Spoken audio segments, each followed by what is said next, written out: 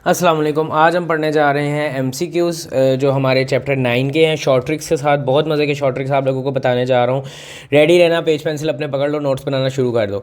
अच्छा यार, अगर आपको ये वाला आया है, अगर आप लोग होते तो ये कैसे सॉल्व करते हैं, आप लोग करके देखो। ठीक है, अब आप लोग देखो ये मतलब साइन सबको मल्टीप्लाई कराना है, साइन की वैल्यूज़ को टिल 270। ठीक है, आप लोग होते किस तरह करते ये देख लेना। अब देखो मैं बताता हूँ, इसमें ये 1 2 3 4 हमारे पास 270 तक जाता है। ठीक है, तो अंदर एक वैल्यू आएगी साइन 180 की भी, जिस पे हमारे पास जो है ना साइन की ज़ीरो वैल्यू होती है। ठीक है ना, तो हमारे पास अगर ज़ीरो वैल्यू कोई एक भी आ गई तो ऑब्वियसली ये मल्टीप्लाई है तो सारा ही ज़ीरो हो जाएगा, which is equal to zero. ठीक है ना, मतलब मल्टीप्लाई हो रहे हैं तो कोई भी एक वैल्यू ज़ीरो आ गई तो वो ज़ीरो हो जाएगा मल्टीपल, तो साइन 180 जो होता है वो ज़ीरो के इक्वल होता है। अब हमारे पास अगर ऐसे एमसीक्यू आ जाए ना जिसमें स्क्वेयर हो और 1 2 3 4 5 6 ठीक है ना जा रहे हो, अब इसमें हमारे पास प्लस हो रहे हैं, ये भी नहीं कि आप ठीक है ना प्लस हो रही हैं सारी वैल्यूज़। तो अब आप लोगों ने क्या करना है, लास्ट एंगल लेना है, लास्ट एंगल को आपने डिवाइड करना है फर्स्ट एंगल से। ठीक है ना, और उसे आपने डिवाइड कर देना है 2 से, जो भी प्रोडक्ट आएगा हमारे पास। तो ये आप लोग फार्मूला लगाओगे, ये वाला फार्मूला लगाओगे तो हमारे पास ये आंसर आ जाएगा। ठीक है ना, इसमें अब आप लोगों ने कंफ्यूज नहीं होना कि भाई ये कैसे मैं सॉल्व करूँ। सिंपल लास्ट एंगल को फर्स्ट एंगल से डिवाइड कर दो और जो भी प्रोडक्ट आएगी उसे 2 से डिवाइड कर दो, आंसर आपके पास आ जाएगा। अच्छा, अब हम पढ़ने जा रहे हैं, अगर हमारे पास ये आया है तो आप लोग होते हो कैसे सॉल्व करते हैं। इसका आंसर 1 ना मैंने लिखा हुआ है, मैं आप लोगों को बताता हूँ। ये सिंपल चीज़ है कि भाई अगर आप लोगों को ऐसे एमसीक्यू आ गया ना, आप लोगों ने देखना है कि tan 5 है और tan 85 है ना, तो एंड पे आप tan 5 है ना अगर, तो एंड वाले को आप cot 5 लिख सकते हो। क्यों?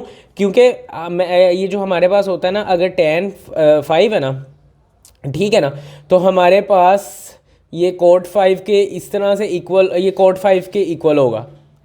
ये बात याद रखना, मतलब 90 में से माइनस कर दो आप, 90 में से ये वाला एंगल माइनस कर दो ना, तो वो कोट उतने कोट के इक्वल होगा।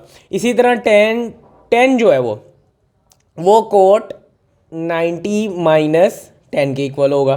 ठीक है ना, तो इस तरह से आप लोगों ने देखते जाना है। ठीक है ना, वो कोट 90 माइनस 80 के इक्वल होगा। अच्छा देखो, मैं आप लोगों को सही तरीके से समझाता हूँ यहाँ पे, इसे अभी भूलो। देखो हमारे पास अगर tan85 है ना, ठीक है ना, आप लोगों ने कोट में से 90 माइनस 85 करना है तो वो इसके इक्वल आ जाएगा। आपके पास tan80 है ना, आप लोगों ने कोट 90 में से 80 माइनस करना है तो वो दोनों आपस में इक्वल आ जाएंगे। ठीक है ना, सिंपल सा ये कॉन्सेप्ट है, याद कर लो। ठीक है, अब हमारे पास अगर ये tan 5 है तो एंड पे tan 85 है, तो ये tan 85 cot 5 के इक्वल होगा ना? होगा, बिल्कुल होगा। मैंने आप लोगों को बताया, क्योंकि tan 85 90 माइनस 85 अगर हम कर देंगे 5 आ जाएगा तो cot 5 के इक्वल आ जाएगा। इसी तरह tan 10 है मेरे पास और cot 10 के इक्वल हो जाएगा वो। ठीक है ना, एंड में, क्योंकि tan 80 भी है यहाँ पे मेरे पास।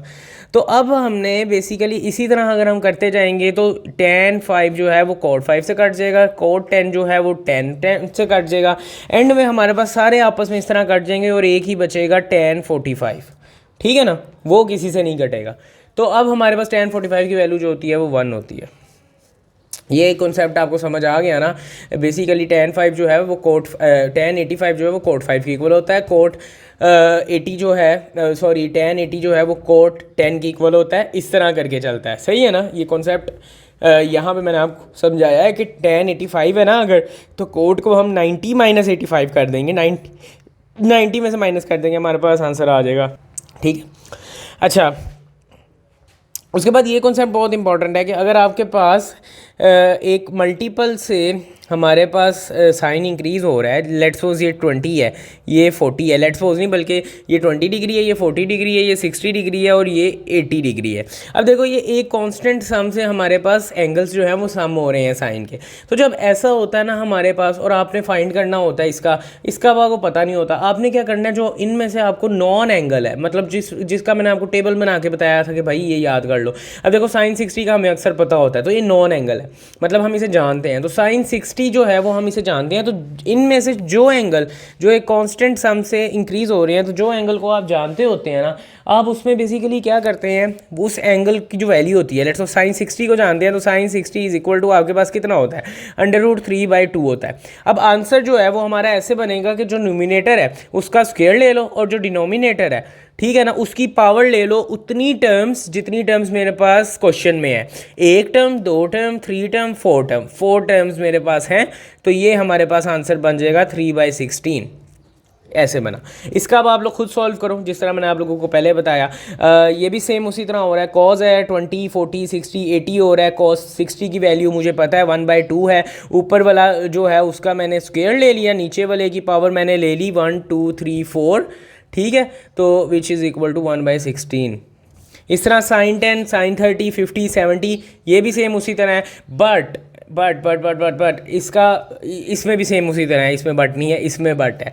देखो cos 20, cos 40, cos 80 सेम उसी तरह है, बट यहाँ पर आपको अब किसी की वैल्यू नहीं पता, ठीक है ना। अब आपको तो वैल्यू पता ही नहीं, cos 20 की भी नहीं पता, 40 की भी नहीं पता, 80 की भी नहीं पता। अब क्या करें, अब हम ये करेंगे कि हम सम ले लेंगे दो एंगल्स का, जिसका सम इक्वल्स टू उस वैल्यू के बने जिसका आंसर हमें पता हो, ठीक है ना। ये बात समझ आई कि जैसे मैं आपको एग्जांपल देता हूँ कि मैं 20 + 40 करता हूँ तो 60 आता है ना मेरे पास। तो cos 60 का तो मुझे पता है ना, तो वही आप लोगों ने करना है, दो एंगल्स का सम ले लो, ठीक है। और अगर वो एंगल ऐसा बन रहा है ना जो आपको फिर नॉन है, तो वो cos 60 बन गया। cos 60 का मुझे पता है 1/2, और उसमें फिर सेम फार्मूला लगा दो, ऊपर वाले का स्क्वायर, नीचे वाले is equal to number of terms. तो 1 / 2, 2 × 4, 4 × 2 = 8, 1/8 आंसर 1/8 आ गया, ठीक है ना। The coterminal angle of -45 degree, -45 degree का मतलब है कि आपके पास ये एक अरे है, -45 इधर करके बनेगा तकरीबन, ठीक है ना। अब कोटर्मिनल एंगल -45 का बच्चे ना माइनस में लगा देते हैं, फॉर माइनस है तो माइनस ही होगा। माइनस भाई नेगेटिव में 315 इसका नहीं बनता, नेगेटिव में तो इसका पता नहीं 405 बनेगा। यहाँ से अगर आप देखो, यहाँ से घूम के यहाँ हो गए 360, 360 + 45 आपका 405 बनेगा। लेकिन आप लोगों ने इस डायरेक्शन में अगर आप चलो तो इसका बनता है 360, तो टोटल हो जाता है, लेकिन हम 360 तो घूमे ही नहीं, माइनस कितना 45, ठीक है ना, -45 which will be equal to 315। तो ये पॉजिटिव में 315 आंसर आएगा मेरे पास। नेगेटिव में तो इसका 405 बनेगा, ये मत समझना नेगेटिव में बनेगा। अच्छा यार, अगर आपको इस तरह का MCQ आए ना जो आपको सॉल्व करना पड़े, आप लोगों ने इसे कोई एक एंगल लगा के सॉल्व कर लेना, रहते देन आप इसे पूरा डिराइव करो और फार्मूला बना के, ये तो पूरा लॉन्ग क्वेश्चन अक्सर बन जाता है, तो ये कभी नहीं करना। कोई एक फार्मूला, एग्जाम्पल फार्मूला लगा लो, let's suppose cot square theta, हम यहाँ पे ना थीटा की वैल्यू 45 ले लेते हैं। अगर मैं 45 ले लूँ ना, तो कोट की वैल्यू 45 पे जो हमारे पास होती है 1 होती है, 1 - 1 और 1 - 1 √2 का स्क्वायर, ये बन जाता है मेरे पास, ठीक है। 1 - 1 0, तो आंसर 0 आएगा। अब मैंने नीचे हर ऑप्शन में 45 का एंगल लगाना है, जिसका आंसर 0 आया वो मेरा 0 हो जाएगा। लेट्स सपोज मैं इसमें लगाता हूँ, तो मेरे पास क्या आएगा, मेरे पास आएगा 1/√2 का स्क्वायर -1 /√2 का स्क्वायर, ठीक है ना। तो ये दोनों आपस में कट जाएंगे, तो आंसर ये आ गया। Through how many radians does the minute hand of the clock turn in 20 minutes. वो कह रहा है कि भाई 20 मिनट में ये देखो ना, यहाँ से अगर स्टार्ट हुआ 20, मतलब हमारे पास मिनट आर्म जो होता है क्लॉक का, वो यहाँ से स्टार्ट हुआ, तो वो ऐसे ऐसे ऐसे करके 20 मिनट में आया, तो कितने रेडियंस उसने कवर किए। तो अब मैं आप लोगों को बताता हूँ कि भाई देखो, जब वो यहाँ से पूरा घूम के यहाँ आएगा तो वो 2π रेडियंस कवर करेगा ना, 360 का एंगल। तो हमारे पास जब 60 मिनट्स होंगे तो भाई वो 2π करेगा। जब 1 मिनट होगा तो वो 2π/60 करेगा। उसने कहा है भाई 20 मिनट से मुझे, तो 20 मिनट्स जब होंगे तो 2π/60 × 20 करेगा, which will be equal to 2π/3, ठीक है।